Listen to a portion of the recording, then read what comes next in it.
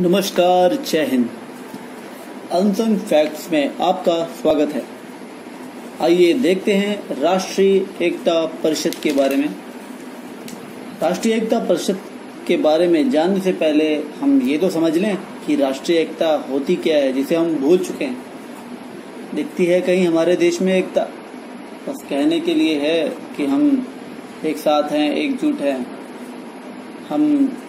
हमारे अंदर एकता थी ही कब, उसको हम थोड़ा समझेंगे कि आज़ादी के बाद भी और आज़ादी से पहले हम कभी भी एक साथ नहीं रहे। हम एक साथ नहीं लड़े। जो हमारे लिए लड़े, उनका भी हमने साथ नहीं दिया। ऐसा क्यों है? शायद वो शिक्षा पद्धति जो मैकाले ने हमें दी, वो भी एक तरह से उसका कारण हो सकती है। हम अपने संस्कार भूल गए, उपनिवेशवादिता के चक्कर में पड़ गए। चलिए देखते हैं। भारत धर्म, भाषा, जाति, जनजाति, नस्ल, क्षेत्र आदि के रूप में एक विस्तृत विभिन्नता वाला देश है। अपना जो देश है वो भारत, भाषा, जाति, जनजाति, नस्ल, क्षेत्र, कितनी इसमें विभिन्नता पाई जाती है। अगर आपको इसका विकास करना है, इसको संपन्न बनाना है, तो इसके लिए आपको राष्ट्रीय एकता की अत्यंत आवश्यकता है। अब आप समझेंगे, बोल सोचेंगे एकता तो सुना था, भैया राष्ट्रीय एकता क्या है? इसका भी मतलब समझ लीजिए। कुछ हैं हमारे विद्वान, इन्होंने अपने कुछ सलाह इस प्रकार दी है कि राष्ट्रीय एकता का अर्थ उनके मत में क्या है, जरा उसको देखते हैं। मायरोन वेनर करके एक अंग्रेज है, वो क्या लिखता है? देश को विभाजित और विघ्न उत्पन्न करने वाले आंदोलनों को नकारना तथा समाज में राष्ट्रीय एवं लोकहित धारणा फैलाना जो संकीर्ण हितों से परे हो, वही है उसके हिसाब से राष्ट्रीय एकता इसे कहते हैं। एक और अंग्रेज है, वो बोलता है, H.A. गनी है, वो क्या बोलता है? राष्ट्रीय एकता एक सामाजिक, मनोवैज्ञानिक एवं शैक्षिक प्रक्रिया है जिससे लोगों के दिल में एकता, सामाजिक सुदृढ़ता और समग्र विकास की भावना पैदा होती है। एक समान नागरिक बोध या राष्ट्र के प्रति ईमानदारी की भावना उनके बीच पड़ती है। ये H.A. गनी अंग्रेज कहता है। अब अपने जो पहले उपराष्ट्रपति डॉक्टर S. राधाकृष्णन जी थे, उनके बारे में देखते हैं। वो क्या कहते हैं? राष्ट्रीय एकता ईंट एवं गारे से बन सकने वाला एक घर नहीं है। यह एक औद्योगिक योजना भी नहीं है जिसे विशेषज्ञों द्वारा विचार कर लागू किया जा सके। इसके विपरीत एकता एक विचार है जो लोगों के मस्तिष्क में जाना चाहिए।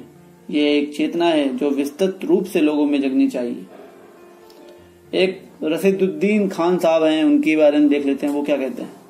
राष्ट्रीय एकता का अर्थ लोगों के भिन्न वर्गों से बने राजनीतिक समुदाय या राज्य की समग्रता से, ना कि एक रूपता से। एकता से है, ना कि समानता से। पुनर्मेल से है, ना कि मेल से। एकत्र करने से है, ना कि समागीकरण से। ये अपने रसूलुद्दीन खान साहब कहते हैं। सबके अपने अपने अलग अलग मत थे। अब हम ये देखते हैं कि जो राष्ट्रीय एकता है, हम क्यों नहीं एकजुट हो पा रहे हैं, उसमें बीच में अवरोध क्या है, उस चीज को समझते हैं। उससे ज्यादा हम ये समझते हैं कि हमारे अंदर बुराइयां क्या क्या हैं, कि हम क्यों नहीं एकजुट हो पाते। हम क्यों हमेशा आपस पास के एक क्षेत्रवाद में ही सिमट के रह सकते हैं। हम जात के हिसाब से एकत्रित हो जाते हैं। हम देश को भूल के जात के हिसाब से एकत्रित हो जाएंगे, समूह के हिसाब से एकत्रित हो जाएंगे, समुदाय के हिसाब से एकत्रित हो जाएंगे, मजहबों के हिसाब से एकत्रित हो जाते हैं, और भाषा के हिसाब से भी एकत्रित हो जाते हैं, और देश को भूल जाते हैं कि हम सब एक ही तो हैं। ये हम भूल जाते हैं। आइए देखते हैं राष्ट्रीय एकता में अवरोध कौन कौन से हैं। उसी में हम देखेंगे पहले क्षेत्रवाद को, उसको समझेंगे कैसे कि क्षेत्रवाद का अर्थ उपराष्ट्रवाद और उप क्षेत्रवाद निष्ठा से है। ये किसी विशेष क्षेत्र या राज्य के लिए राष्ट्र की तुलना में अधिक लगाव को इंगित करता है। जैसे मैं बोलूं, मैं यूपी का हूं, मैं छत्री हूं, मैं जाट हूं, मैं इस जात कास्ट का हूं, मैं उस कास्ट का हूं, मैं केवल उन्हीं की बात सुनूंगा, मैं उन्हीं केवल वोट दूंगा। तो इसमें देश प्रेम कहाँ है? भले वो आदमी गलत है और आप उसको वोट दे रहे हो क्योंकि आप यादव हो, तो उसमें देश प्रेम बचा कहाँ? भले वो बाद में समाज को परेशान करे। इसमें उप क्षेत्रीयतावाद है, जिसके अंतर्गत किसी राज्य के किसी विशेष क्षेत्र हेतु अधिक लगाव होता है। क्षेत्रवाद भारत में राजनीतिक एकता की एक अनुषंगी प्रक्रिया है। यह उन शेष घटकों के लिए घोषणा है जिनका राष्ट्रीय राजनीति एवं राष्ट्रीय संस्कृति में वर्णन नहीं होता और जो नई राजनीति के केंद्र में सम्मिलित नहीं है। उदाहरण देखते हैं। भारतीय संघ के कुछ राज्यों जैसे खालिस्तान, द्रविड़ नाडु, मिजो, नागा और अन्य ऐसे ही और भी थे के लोगों द्वारा अलग अलग होने के लिए मांग की। ये थे लोग जिन्होंने मांग की मुझे खालिस्तान चाहिए। सिखों ने, कुछ सिक्के थे, सब नहीं। सिख तो भाई राम मंदिर के लिए भी लड़े थे, वो अपने देश को मानते हैं। उनका क्या है, वो एक नहीं बोलते सुरासो पहचानिए पिचाजिए जो लड़े दीन के हित, पुरजा पुरजा कट मरे कबू न छाड़े। उन्होंने हमारे धर्म की रक्षा की है और वो हमारे धर्म के ही पार्ट हैं। तो लेकिन उनमें से कुछ हैं जो उस विचारधारा से अलग हैं, उनको खालिस्तान चाहिए, तो उन्होंने खालिस्तान की मांग की। द्रविड़ नाडु साउथ में, मिजो, नागा नॉर्थ ईस्ट में, ऐसे बहुत सारे बन गए जिनको भारत देश से ऊपर अपने लोकल राज्य चाहिए थे, अपनी संप्रभुता चाहिए थी, अपनी, जिसे वो अपना एक अलग ही सिस्टम चला सकें। कुछ क्षेत्र के लोगों द्वारा अलग राज्य की मांग, जैसे तेलंगाना, बोडोलैंड, विदर्भ, गोरखालैंड, अन्य ये भी है। कुछ केंद्र शासित प्रदेश चाहिए थे, हमें पूर्ण राज्य का दर्जा मिल जाए, क्योंकि केंद्र शासित सेंट्रल गवर्नमेंट उसको कर रही है ना, रूल उस पर चला दिए। अब उनको पूर्ण राज्य का दर्जा चाहिए, जैसे पुदुचेरी को चाहिए था, दिल्ली को चाहिए, दमन और दीव को आदि को चाहिए था, कुछ को चाहिए था। अब अंतर्राज्यीय सीमा विवाद भी है। अगर देश पे एकता वाली भावना होती, ये क्यों होता? चंडीगढ़ हरियाणा में है, नदी जल विवाद भी चलते रहते हैं, कावेरी, कृष्णा, रावी, व्यास तथा अन्य बहुत सारे नदी विवाद आपसी राज्यों में चलते रहते हैं, उसको सुलझा नहीं पाए। क्षेत्रीय उद्देश्य के लिए संगठनों का गठन जो कि अपने नीतियों एवं उद्देश्य के अनुसरण के लिए आतंकी गतिविधियों की वकालत करें। अब ऐसे बहुत सारे संगठन हैं जो अपने उद्देश्य, अपनी पॉलिटिक्स की वजह से, अपनी राजनीति के चक्कर में आतंकवादियों तक को भी मतलब उनका सपोर्ट करने से हिचकिचाते नहीं है। वो सुना नहीं था, वो कन्हैया कुमार करके एक पढ़ता था जेएनयू में, वहां पूरा संगठन खड़ा हो गया था। क्या बोले थे? तेरे कातिल जिंदा है, हम शर्मिंदा हैं, बोले थे ना। और भारत माँ को भी गाली देते हैं, भारतीय सेना को भी गाली देते हैं। अफजल, हम शर्मिंदा हैं, तेरे कातिल जिंदा है करके नारे लगाने वाले, वो इसी टाइप के लोग होते हैं। अब दूसरी तरफ हम चलते हैं, बोलते हैं सांप्रदायिकता। सांप्रदायिकता भी एक अवरोध है एकता के लिए, हम इसलिए एकत्रित नहीं हो पा रहे हैं। सांप्रदायिकता का अर्थ है किसी व्यक्ति द्वारा धार्मिक समुदाय के प्रति प्रेम को राष्ट्र पर प्राथमिकता देना। मतलब आपका धर्म बड़ा है, राष्ट्र नहीं। इसकी जड़ें ब्रिटिश शासन में भी थी, जहां 1909, 1919 और 1935 के अधिनियमों में मुस्लिम, सिख एवं अन्य को सांप्रदायिक प्रतिनिधित्व दिया गया था। किस लिए संप्रदाय के हिसाब से करना? मतलब तुम लोगों को बांटना चाहते हो। अगर आज भी तुम वही करते हो, मतलब लोगों को बांटना चाहते हो, तो मुसलमानों की राजनीति चाहिए करनी है, उनका वोट चाहिए, तुम उनकी अलग से स्पेशल ट्रीटमेंट देना शुरू करते हो। इससे तुम आपस में बैर बना रहे हो। जितना तुम हिंदू मुस्लिम करोगे बैर बनता जाएगा। हिंदू में दलितों को तुमने अलग किया, दलित दलित दलित, वो हिंदू है यार, वो दलित तो है ना, वो हिंदू है। मुसलमान किसी दलित पे जा रहा है गांव, अभी हमने प्रतापगढ़ की न्यूज सुनी, उसमें मुसलमानों का एक समुदाय था, उसमें न्यूज लिखा केवल समुदायों ने दलितों पे हमला कर दिया। लिखो यार, सच लिखने में क्या डर है, लिखो कि मुसलमानों ने दलित बस्ती पे हमला किया। दलित क्यों लिखना? मुसलमानों ने हिंदू बस्ती में हमला किया। हिंदू क्या उसका, अगर हिंदू मुस्लिम को होता तो वो लिखते ऐसा, बोलते कि हिंदू ने मुसलमान क्या बोलता है, हिंदू ने किया। और हम क्या बोलते हैं, उसने दलित पे किया। दलित क्या था, वो हिंदू है। दलित लिखना बंद करो, कुछ दलित नहीं रह गया, कोई दलित नहीं। जो पैसा है वही ठाकुर है, जिसका पैसा नहीं वो दलित है, ऐसा है। तो हमें ये सब पहले तो बात, ये भावना नहीं होनी चाहिए। अगर कोई कर रहा है तो सच बोले पूरा। इसकी बांटने, जितना आप बचाने की वो करते हो कि किसी का पक्ष स्पेशल ट्रीटमेंट दोगे, अपने आप बढ़ता चला जाएगा। धर्म के आधार पर राजनीतिक दलों का गठन हुआ है। मुस्लिम लीग हो गई, अकाली दल हो गया, है ना, हिंदू महासभा हो गई। धर्म के आधार पे हो सकता है किसी ना किसी तरीके से उन्होंने अपने लोगों को फायदा पहुंचाया हो, लेकिन इसका मतलब ये नहीं कि वो देश से ऊपर हो गए। धर्म के आधार पर प्रभावशाली समूहों का उभरना, आरएसएस, मुस्लिम लीग के हैं, जमात इस्लाम, एंग्लो इंडियन क्रिश्चियन संघ, वही है ना। हो सकता है किसी ने किया, आरएसएस ने तो आज तक नहीं किया, लेकिन बहुत सारे हैं जो आज भी देश विरोधी बातें करते हैं। सांप्रदायिक दंगे, हिंदू मुस्लिम, हिंदू सिख, हिंदू ईसाई क्यों हो रहे हैं? हम बटे हुए हैं इसलिए हो रहे हैं। हैदराबाद, मथुरा, लखनऊ, बनारस, अलीगढ़, अमृतसर, मुरादाबाद, इनके दंगे कौन भूल पाया है? होते रहे। धार्मिक आकारों पर मतभेद, मंदिर, मस्जिद और अन्य, अयोध्या में राम जन्मभूमि का मतभेद था, अभी मोदी जी आए, उन्होंने सही किया उसे। किस लिए? आप इस देश में रह रहे हो, आपको बोलते हो मैं भारतीय हूँ, आपको 100 करोड़ लोगों की भावनाओं की इज्जत नहीं थी, तो आप कैसे एक्सपेक्ट कर सकते हो कि दूसरे भी आपकी भावनाओं की इज्जत करें? जब आप पे आता है तो आप बोलते हो हमारे साथ गलत हुआ, तो आप दूसरों के बारे में भी सोचो ना। आप जातिवाद पे दे आते हैं। जातिवाद का अर्थ समान राष्ट्रीय हित की अपेक्षा किसी जाति वर्ग के प्रति निजी प्रेम से है। जाति के आधार पर राजनीतिक पार्टियों का गठन हुआ। यहाँ पे मद्रास में जस्टिस पार्टी आई, डीएमके, केरल में कांग्रेस रिपब्लिक पार्टी ने आई, अपने यूपी की बहुजन समाजवादी पार्टी आई जिनकी नेत्री हैं मायावती जी। तो उन्होंने क्या स्पेशल किया? वो सीएम बनते हो तो आप सारी कास्ट के लिए बनते हो, किसी स्पेशल उसके लिए नहीं बनते। आप शपथ लेते हो, आप पूरे समाज के लोगों के लिए लेते हो। अब तो ये सब खत्म हो जाना चाहिए था। वो एक आपका देखा होगा भीम आर्मी ये चलने लगी, रावण क्यों नहीं जाता वो जब दलितों को पीटा जाता है? जौनपुर में पीटा गया, प्रतापगढ़ में हुआ, क्यों नहीं गया? क्यों नहीं उसने बात की मुस्लिमों से? क्यों वो उस समय सीए के विरोध में मुसलमानों के साथ खड़ा हो गया? सारे मुसलमान गलत नहीं है, लेकिन वो लोग गलत थे जो इनको जो भड़काते हैं, और जो वो लोग भी गलत हैं जो इजीली भड़क जाते हैं। पढ़ो यार, क्यों नहीं पढ़ते? जब देश का प्रेम अंदर होगा तो समझ भी आएगी। नादर एसोसिएशन, हरिजन सेवक संघ, क्षत्रिय महासभा भी मैं बोलूंगा। कहाँ है वो गरीब क्षत्रिय जो अपनी बहन बेटियों की शादी नहीं कर पा रहे? कहाँ है क्षत्रिय महासभा? कोई राजनीतिक, सब अपनी रोटियां सेक रहे हैं, राजनीतिक रोटियां सेक रहे हैं, कोई किसी को मदद करने की नहीं पड़ी। इसको हमें ध्यान देना पड़ेगा, हमें समाज को समझना पड़ेगा, एकजुट रहकर सीखना होगा। चुनाव के दौरान पार्टी टिकटों का आवंटन तथा राज्य में जाति आधार पर मंत्रियों की परिषद का गठन, कितनी गलत बात है।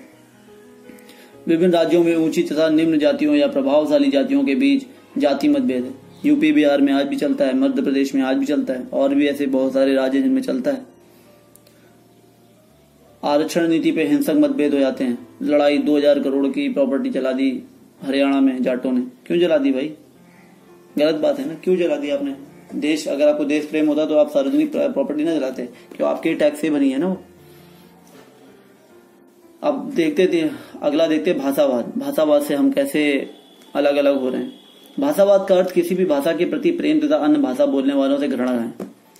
भाषावाद का मतलब ये नहीं है कि मेरे को अपनी भाषा पसंद है, बहुत अच्छी बात है, आपको अपनी भाषा पर गर्व होना चाहिए, लेकिन ये नहीं कि दूसरा कोई भाषा बोल रहा है तो उससे आपको घृणा होना चाहिए, गलत बात। भाषावाद का विषय भी क्षेत्रवाद, सांप्रदायिकता या जातिवाद की तरह राजनीतिक प्रक्रिया का परिणाम है। इसके 2 आयाम हैं। भाषा के आधार पर राज्यों का पुनर्गठन किया सरकारों की गलती। संघ की राजभाषा का निर्धारण, है ना, ये 2 चीजें की सरकारों ने। भाषा के आधार पर राज्यों के पुनर्गठन की देशव्यापी मांग के कारण आंध्र प्रदेश राज्य 1953 में तब मद्रास से बना। परिणाम स्वरूप 1956 में राज्य पुनर्गठन आयोग 1953 से 55 द्वारा दिए गए सुझावों के आधार पर राज्यों का भाषा के आधार पर विस्तृत रूप से पुनर्गठन हुआ। इसके बावजूद भारत का राजनीतिक नक्शा लोक समर्पित दबाव एवं राजनीतिक दशा के कारण लगातार बदलता रहा, जिसके परिणाम स्वरूप मुंबई, पंजाब, असम को बांटा गया। सन 2000 के अंत तक राज्य एवं केंद्र शासित प्रदेशों की संख्या 1956 में जो 14 राज्य और 6 केंद्र शासित प्रदेश थे, वो सन 2000 में 28 राज्य तथा 7 हो चुकी थी। भाषा के आधार पर आप बांट रहे हो ना, तो आप लोगों को आपस में ही बांट रहे हो। आपने एक राजभाषा निर्धारित नहीं की। एक तो आपकी मेंटलिटी थी अंग्रेजी, सब अंग्रेजी स्वीकार करना चाहते, लेकिन कोई हिंदी नहीं करते। आप किसी को हिंदी बोलने को फोर्स मत करो, लेकिन इतना करो भाई तुम अपनी देसी भाषा बोलो, लेकिन जैसे तुम इंग्लिश सीख रहे हो वैसे तुम हिंदी सीखो। अपने एक राजभाषा भी होनी चाहिए ना, राष्ट्रभाषा भी होनी चाहिए, वो नहीं है। राजभाषा भाषा अधिनियम 1963 के कानून द्वारा हिंदी को संघ की राजभाषा के रूप में दर्जा देने से दक्षिण भारत एवं पश्चिम बंगाल में हिंदी विरोधी आंदोलनों ने जन्म लिया। ये वो हैं कम्युनिस्ट पार्टी, वामपंथी, जो ना हिंदू है ना मुसलमान, कुछ नहीं, ये देश विरोधी लोग हैं, जिन्हें हर देश प्रेमी वाला मुद्दा, लोगों के साथ रखने वाला मुद्दा गलत लगता है। तब केंद्रीय सरकार ने आश्वासन दिया कि गैर हिंदी भाषा बोलने वाले राज्य जब तक चाहें अंग्रेजी को एक सहायक राजभाषा के रूप में जारी रख सकते हैं। इसके अतिरिक्त स्कूल तंत्र के लिए त्रिभाषा सूत्र, अंग्रेजी, हिंदी और एक क्षेत्रीय भाषा जो आप पढ़ना चाहो या बोलना चाहो, को तमिलनाडु द्वारा अभी तक, लेकिन केंद्र सरकार ने बोला आप इन 3 भाषाओं का यूज करो, अंग्रेजी, हिंदी और एक लोकल भाषा, लेकिन अभी तक तमिलनाडु ने नहीं लागू किया। क्यों? उसे नहीं मतलब है हिंदी क्या है, वो इंग्लिश में खो चुके हैं। परिणाम स्वरूप हिंदी भारत की समग्र संस्कृति की लोक भाषा के रूप में नहीं उभर सकी। जो संविधान बनाते समय लोगों ने सोचा था, जब वही नहीं हो पाया तो समझिए कि हिंदी हमारी राष्ट्रभाषा बनेगी, हिंदी पूरे देश को एक साथ जोड़ेगी, गलत हुआ। भाषावाद की परेशानी हाल के समय में कुछ क्षेत्रीय दलों के बढ़ने के साथ और भी बढ़ी है, जैसे टीडीपी, एजीपी तथा इसी प्रकार। वह बोला कि तुम मराठी हो तो मैं मराठी, मराठा हो तो मैं मराठा, मराठी, मैं महाराष्ट्र में ही रहूंगा, बिहार वालों को नहीं आने दूंगा, यूपी वालों को नहीं आने दूंगा, उत्तराखंड वालों को नहीं आने दूंगा काम करने, यहाँ मराठा रहेगा, मराठी बोलोगे तभी रहोगे। ये सब विचार गलत है। अब आइए देखते हैं राष्ट्रीय एकता परिषद क्या है। राष्ट्रीय एकता परिषद का गठन 1961 में अनेकता में एकता के सिद्धांत पर केंद्रीय सरकार द्वारा दिल्ली में हुई राष्ट्रीय सभा के लिए निर्णय के साथ हुआ। इसमें अध्यक्ष के रूप में प्रधानमंत्री, केंद्रीय गृह मंत्री, राज्यों के मुख्यमंत्री, राजनीतिक दलों के 7 सदस्य, यूजीसी का चेयरमैन, 2 शिक्षा शास्त्री, अनुसूचित जाति व अनुसूचित जनजाति का आयुक्त तथा प्रधानमंत्री द्वारा मनोनीत 7 सदस्य शामिल होते हैं। परिषद को निर्देशित किया गया कि वे राष्ट्रीय एकता से संबंधित परेशानियों का परीक्षण करे तथा इससे निपटने के लिए आवश्यक सुझाव दें। परिषद ने सुझाव दिए, लेकिन ये सारे सुझाव कागज पे ही रहे, जैसा होता है, पैसे खाया, जेबें भरी, मैटर खत्म किया, कोई प्रयास नहीं किया गया। 1968 में केंद्र सरकार के राष्ट्रीय एकता परिषद का पुनर्गठन किया गया। इसका आकार 39 से 55 सदस्यों तक बढ़ाया गया। उद्योग तथा व्यापार तथा मजदूर जो संगठन थे, वहां के प्रतिनिधियों को भी इसमें शामिल किया गया। हाँ भाई, कैसे सलाह दो थोड़ी। परिषद की बैठक जो हुई वो श्रीनगर में हुई और इसमें कुछ और ज्यादा फोर्स किया गया कि नहीं सबको एक साथ रखना है। अखंडता हेतु समाज के सृजनात्मक बलों से आग्रह किया गया। क्षेत्रवाद, सांप्रदायिकता तथा भाषावाद पर रिपोर्ट देने 3 समितियों का गठन भी हुआ इन सब पे रिपोर्ट देने के लिए, लेकिन वास्तविक रूप में कुछ प्राप्त नहीं हुआ, यह भी बेकार गया। 1980 में केंद्र सरकार ने पुनः राष्ट्रीय एकता परिषद का पुनर्गठन किया, जो पूर्णता अप्रचलित हो चुकी थी, जिसमें ज्यादा किसी को वो नहीं था, विश्वास नहीं था। इसकी सदस्यता को और विस्तृत किया गया। सांप्रदायिक सद्भाव की समस्या, उत्तर पूर्वी क्षेत्र में अशांति तथा नए शिक्षा निकायों की आवश्यकता, इन सब में इसको रिपोर्ट देनी थी, लेकिन कुछ नहीं हुआ। 1986 में राष्ट्रीय विकास परिषद पुनर्गठित किया गया तथा इसकी सदस्य संख्या में वृद्धि की गई। इसमें पंजाब में आतंकवाद को राष्ट्र की एकता, अखंडता और धर्मनिरपेक्षता पर हमला माना। पंजाब का आतंकवाद किसी से छुपा नहीं है, भिंडर वाले को किसने खड़ा किया था, कांग्रेस ने खुद खड़ा किया था। इस संबंध में उसने उसे बड़ा बनाने में नहीं कहा था। इस संबंध में इसने पंजाब में आतंकवाद के खिलाफ लड़ाई के लिए एक प्रस्ताव पारित किया। परिषद ने 21 सदस्यीय समिति का भी गठन किया। परिषद ने सांप्रदायिक सद्भाव एवं राष्ट्रीय एकता को बनाए रखने के लिए अल्प अवधि एवं दीर्घ अवधि प्रस्ताव बनाने के लिए कहा गया। फिर 1990 में राष्ट्रीय मोर्चा सरकार थी, वीपी सिंह की अध्यक्षता हुई, प्राइम मिनिस्टर थे भैया। राष्ट्रीय एकता परिषद का पुनर्गठन हुआ। इसकी सदस्य संख्या 101 तक बढ़ गई। अध्यक्ष के रूप में प्रधानमंत्री, कुछ केंद्रीय मंत्री, राज्यों के मुख्यमंत्री, राष्ट्रीय एवं क्षेत्रीय दलों के नेता, महिला, उद्योग, व्यापार, शैक्षिक, पत्रकार एवं सार्वजनिक व्यक्तित्व के प्रतिनिधि शामिल थे। इसमें मुद्दे थे पंजाब तथा कश्मीर की समस्याएं, अलगाववादियों द्वारा हिंसा, सांप्रदायिक सद्भाव तथा अयोध्या में राम जन्मभूमि, इसलिए तो वो इनका नहीं जाने वाला था, बाबरी मस्जिद समस्या, लेकिन कोई ठोस परिणाम नहीं निकला। 2005 में संयुक्त प्रगतिशील मोर्चा सरकार ने प्रधानमंत्री मनमोहन सिंह की अध्यक्षता में राष्ट्रीय एकता परिषद का पुनर्गठन किया। 103 सदस्यीय इस परिषद की बैठक 1992 के 12 वर्ष उपरांत आयोजित हुई थी। कुछ केंद्रीय मंत्रियों के अलावा राज्यों एवं केंद्र शासित प्रदेशों के मुख्यमंत्री और बाकी वही पहले जैसा सारे प्रतिनिधि शामिल किए गए। यह परिषद राष्ट्रीय हितों से संबंधित मुद्दों की ओर ज्यादा प्रभावी तरीके से ध्यान दे रही थी, नजर भी रख रही थी, सिफारिशें भी कर रही थी, लेकिन इससे भी कुछ नहीं हुआ। राष्ट्रीय एकता परिषद की 14वीं बैठक उड़ीसा, कर्नाटक, महाराष्ट्र, जम्मू कश्मीर आदि राज्यों में सांप्रदायिक दंगों के बीच वर्ष 2008 में संपन्न हुई।